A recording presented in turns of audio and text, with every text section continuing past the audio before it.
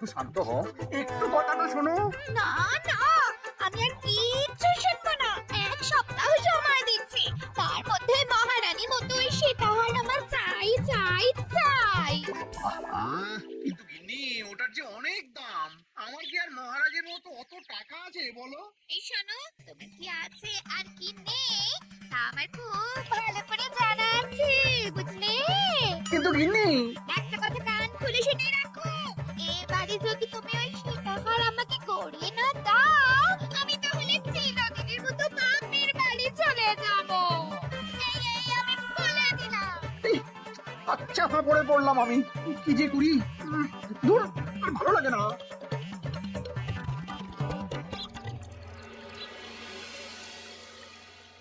আজকে তোমাদের সকলের কাছে আমার একটা প্রশ্ন আছে। বলুন মহারাজ। আচ্ছা, ধরো তোমরা যদি এ রাজ্যের লোক না হতে, অন্য কোনো রাজ্যের হতে, তাহলে তোমাদের কাছে কৃষ্ণনগর কেমন মনে হতো? মহারাজ, এক কথায় বলতে গেলে সমৃদ্ধ শক্তিশালী রাজ্য। বেশ, তা হঠাৎ এমন প্রশ্ন মহারাজ?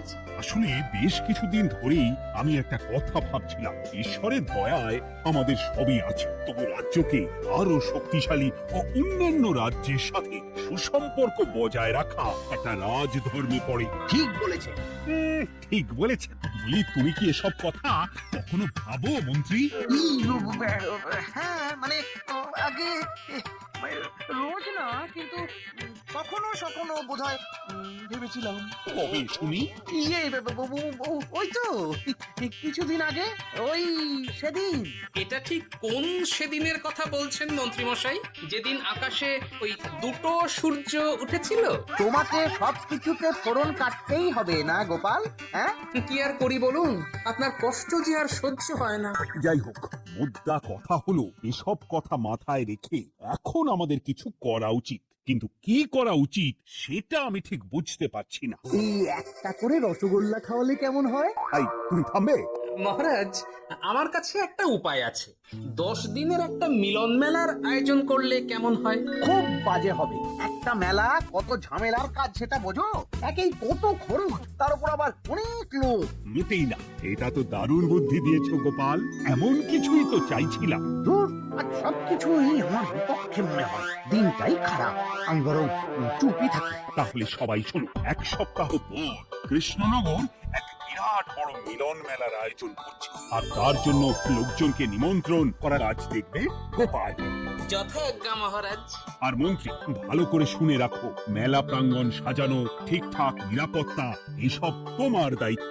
আচ্ছা, কিন্তু বলছিলাম যে সবকিছু ভালো করে করতে গেলে খরচও তো। ওসব নিয়ে তোমাকে চিন্তা করতে হবে না। যত খরচই হোক আমাকে বলো, আমি দেব। আরে বাস, তো দারুণ ব্যাপার। এই ফাঁকে যদি কিছু আমারও লাভ হয়ে যায়, তাহলে গিন্নির গলার হারটার কিছু একটা করতে পারবো। বেশ, তাহলে প্রত্যেকে নিজেদের কাজ শুরু করে দাও।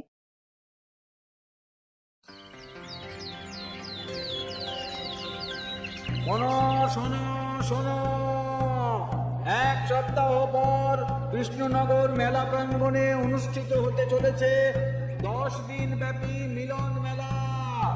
সকল গ্রামবাসীকে এই মেলায় আসার জন্য আমন্ত্রণ জানানো হচ্ছে।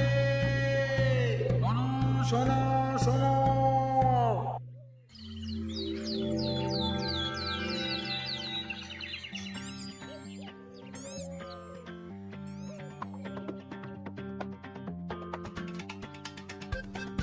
বাহ বাহ বাহ, ঠিক যেমনটা চেয়েছিলাম তেমনটাই হয়েছে। আর এসব কিছুর জন্য আমি গোপালকে ধন্যবাদ জানাতে চাই। কি যে বলেন মহারাজ, এই কৃষ্ণনগর তো আমার নিজেরই পরিবার। সেসব আমরা খুব ভালো করে জানি গোপাল। খেতে একেবারে উতলে পড়ছে, এসব দেখে গা জ্বলে যায়। তোমার এই এত ভালো বুদ্ধি দেওয়ার জন্য আমি তোমাকে 50টি স্বর্ণমোহর উপহার দিতে চাই। এটা কি হলো? এরকম হলে কিন্তু আমি খেলবো না। কেন মন্ত্রী, তোমার আবার কি হলো?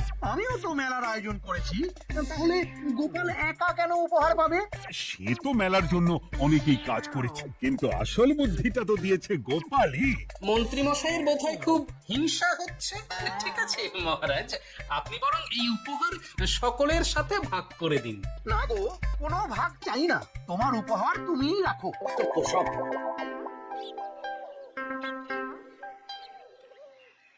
আমার কি এত খারাপ দিন এসেছে নাকি যে আমাকে গোপালের থেকে পুরস্কার নিতে হবে?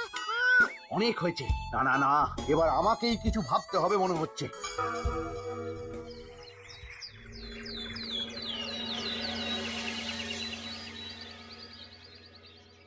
আমার আমার সব শেষ হয়ে গেল গো, সব শেষ হয়ে গেল। এবার এবার আমার কি হবে? মহারাজ, মহারাজ কিছু একটা করুন, মহারাজ কিছু একটা করুন। চিন্তা করো না, আমি দেখছি যারা দোষী তারা শাস্তি পাবেই। কি শুরু হলো বলো তো হঠাৎ করে? এত বড় বড় চুরি ডাকাতি হয়ে গেল, অথচ কেউ কোনো টেরই পেল না। হ্যাঁ মহারাজ, আসলে রাতের বেলা যখন সবাই ঘুমিয়ে থাকে তখন এই চুরি ডাকাতিগুলো হয়, তাই কেউ কোনো শব্দ পায় না। ভালো করে অনুসন্ধান করো, যে বা যারা এই কাজ করছে তাদের যত তাড়াতাড়ি সম্ভব ধরে ফেলতে হবে, নইলে তো আমাদের প্রজাদের অনেক ক্ষতি হয়ে যাচ্ছে। হ্যাঁ মহারাজ, আপনি কোনো চিন্তা করবেন না। কোথায় আনন্দ করে সব প্রজারা মেলা ঘুরবে তা নয়, আবার এই উটকো ঝামেলা। একটা কথা বলছি, কিছু মনে করবেন না।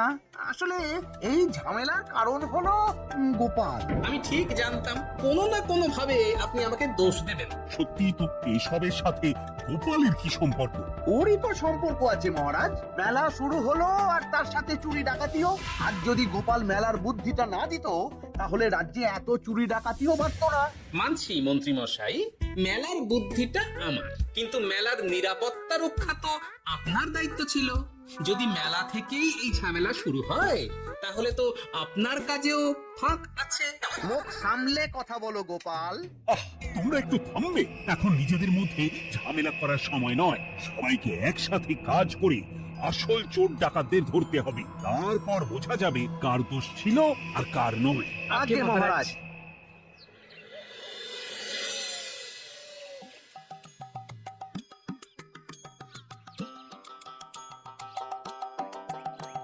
এই তো তুমি এসে গেছো, তাড়াতাড়ি মুখ হাত ধুয়ে বসো, তোমার জন্য একটা জিনিস এনেছি।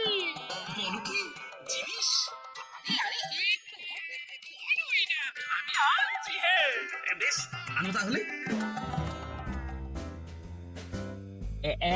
এই নাও খাও। মিষ্টি দই।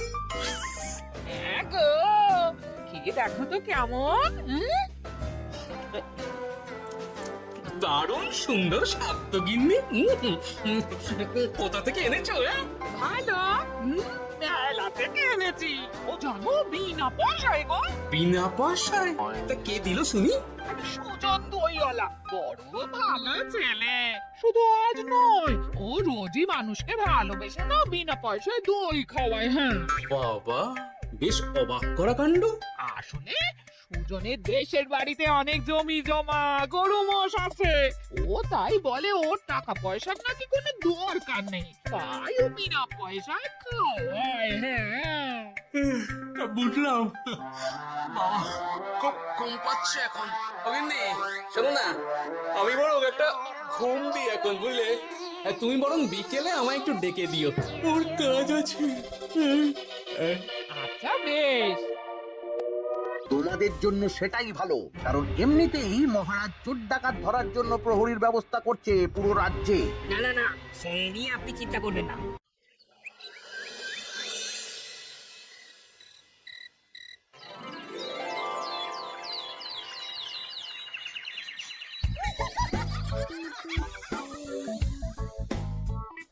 কই গো, ওরে আর কতক্ষণ ঘুম হবে? সকাল তো হয়ে গেল। সে কি গিন্নি, সকাল? তোমাকে যে আমি কতবার বললাম আমাকে বিকেলে ডেকে দেবে। বলি কবেকার বিকেল, গতকালে না আজকে? তা তোমার বুদ্ধিতে কি বলে গিন্নি? আমার বুদ্ধি নিয়ে কথা কথা বলো, আগে নিজের ঘুমকে দেখো। গতকাল বিকেল থেকে ডেকে ডেকে গলা ব্যথা হয়ে গেল, কিন্তু ওনার ঘুম আর ভাঙে না। হতেই পারে না। আরে না, ওদিকে কাণ্ড দেখো, রাতের খাবার পর্যন্ত পড়ে আছে। হ্যাঁ, আজব কাণ্ড। যাই হোক, অনেক দেরি হয়ে গেছে বুঝলে, আমাকে এক্ষুনি রাত শোবার জন্য বেরোতে হবে।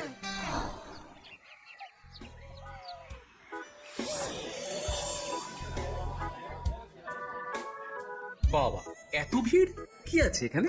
একটু কাছে গিয়ে দেখি তো। সত্যি সত্যি ভাই সুজন, তোমার হাতে জাদু আছে। এত সুন্দর মিষ্টি দই এ স্বাদ ভোলার নয় ভাই। আচ্ছা, তাহলে এই হলো সুজন দইওয়ালা। ভালো মিষ্টি দই আছে, নেবে নাকি গো? পয়সা লাগবে না। জানি তো, সত্যি দারুণ স্বাদ এই দইয়ের। আমি খেয়েছি তো। তবে আজ নেব না গো, কাল এসে নিয়ে যাবো। আচ্ছা আচ্ছা আচ্ছা।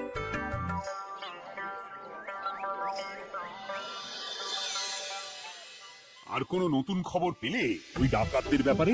না মহারাজ, এখনো ঠিক ধরতে পারিনি। ওরা বোধহয় বুঝতে পেরে গেছে যে আমরা খোঁজ করছি। মহারাজ, আমার মাথায় একটা নতুন বুদ্ধি এলো।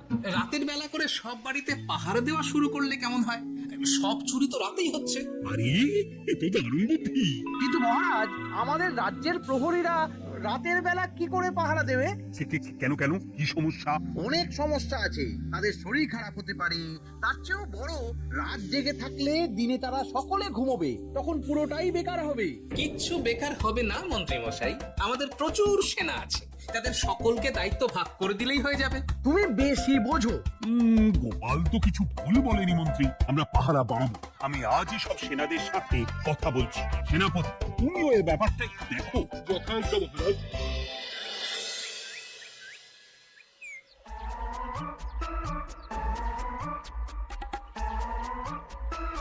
চোর ডাকাতদের ধরার জন্য যদি একটা সূত্রের হদিশ পাওয়া যায়, তাহলেই কিল্লা ফতে।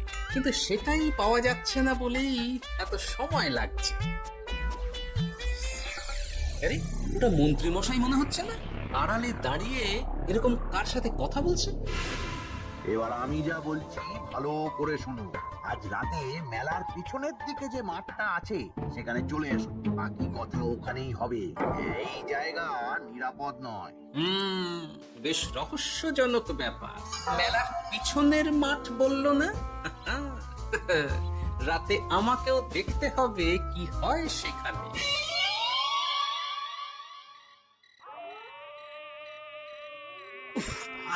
কি মশা রে বাবা, কখন থেকে দাঁড়িয়ে আছি, মন্ত্রী মশাইয়ের পাত্তা নেই কেন? এই তো চলে এসেছে। এই যে আমার সোনার হাতটা কই? হ্যাঁ, ওই বই করে বলেছিলাম আমার ওটা চাই।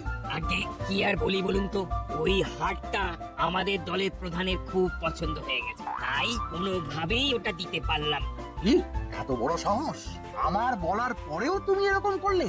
বড় ভুল হয়ে গেছে মন্ত্রী মশাই, এবারের মতো ক্ষমা করে দিন, আর হবে না, এই কথা দিচ্ছি। তোমাদের জন্য সেটাই ভালো, কারণ এমনিতেই মহারাজ চোর ডাকাত ধরার জন্য প্রহরীর ব্যবস্থা করছে পুরো রাজ্যে। না না না, সে নিয়ে আপনি চিন্তা করবেন না, আমাদের ধরা পড়ার কোনো সুযোগই নেই, কারণ যে পরিমাণ ওষুধ আমি আমার দইতে মিশিয়ে দিই, সেটা একবার যে খাবে মরার মতন ঘুমোবে। বাহ বাবা, সে তো খুব ভালো। করো করো। তার কোনো নতুন খবর পেলে? মেলা তো শেষের দিকে। হ্যাঁ পেয়েছি, পাশের গ্রামে বলরাম নামে এক বড় মহাজন আছে। পরশু তার মেয়ের বিশাল ধুমধাম করে বিয়ে। শেষ একটা বড় দান মারতে পারলেই আপনার আমার দুজনেরই শান্তি। আচ্ছা, এই ব্যাপার তাহলে। এসব কিছুর পেছনে মন্ত্রী জড়িত। এইবার বুঝতে পারছি কেন রাতের পাহারাতে ওনার এত আপত্তি ছিল। কিন্তু ওই লোকটাকে ঠিক আছে, এখন যাও, একটু সাবধানে কাজ করো আর আমার পাওনাটা ঠিকঠাক দিও, কেমন? সে কি সুজন দয়াওয়ালা? এবার আমার কাছে পুরো ব্যাপারটা পরিষ্কার হয়ে গেছে। না, কালই মহারাজকে সব জানাতে হবে, আর এদের হাতে নাতে ধরার জন্য একটা উপায় ভাবতে হবে।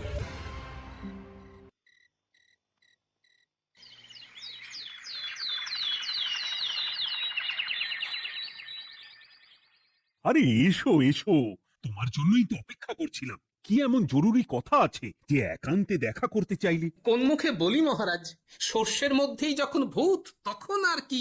মানে একটু খুলে বলো তো কি হয়েছে? আমাদের রাজ্যের এই এত বড় বড় চুরি ডাকাতির পিছনে কারা আছে সেটা আমি জানতে পেরে গেছি মহারাজ। হ্যাঁ, এ তো দারুণ খবর। তাহলে আমরা এখানে কি করছি? এখনই তাদেরকে গিয়ে বন্দি করি? না মহারাজ, আমাদের হাতে কোনো প্রমাণ নেই, তাই ওইভাবে বন্দি করতে পারবেন না। কেন বলো তো, কারা আছে পেছনে?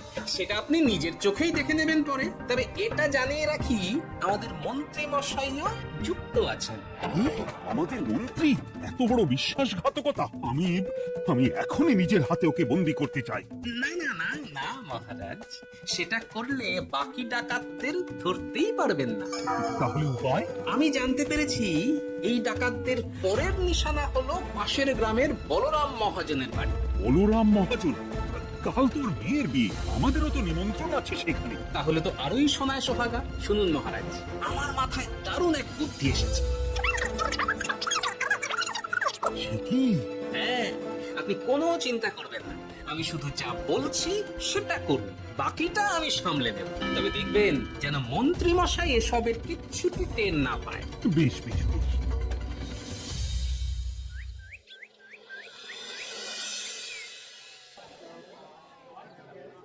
আর তো কিছুক্ষণ, এরপরেই তো সন্ধে নামবে। তোমার সবকিছু তৈরি তো? হ্যাঁ মহারাজ। আরে মহারাজ আর গোপাল কানে কানে এত কি কথা বলছে, আমাকেও জানতে হবে সেটা। ওই যে আসছে মর্কটটা, আমার আর ওকে এক মুহূর্ত সহ্য করছে না। মনে হচ্ছে গুদুম গুদুম করে ওর মাথায় কাঁটটা মারি। শান্ত হন মহারাজ, দয়া করে শান্ত হন আর একটুখানি, তারপর আপনি মন্ত্রী মশাইয়ের সাথে যা ইচ্ছে করবেন। ওর আমি বরং অন্যদিকে যাই, মুখ দেখলেই আমার মাথাটা গরম হয়ে যাচ্ছে। সেই ভালো। কি হলো ব্যাপারটা? যাই হোক, আর তো কিছুক্ষণ, তারপর আমার বিশাল লাভ হবে। বরং ততক্ষণ আমি পেট পুজো করি।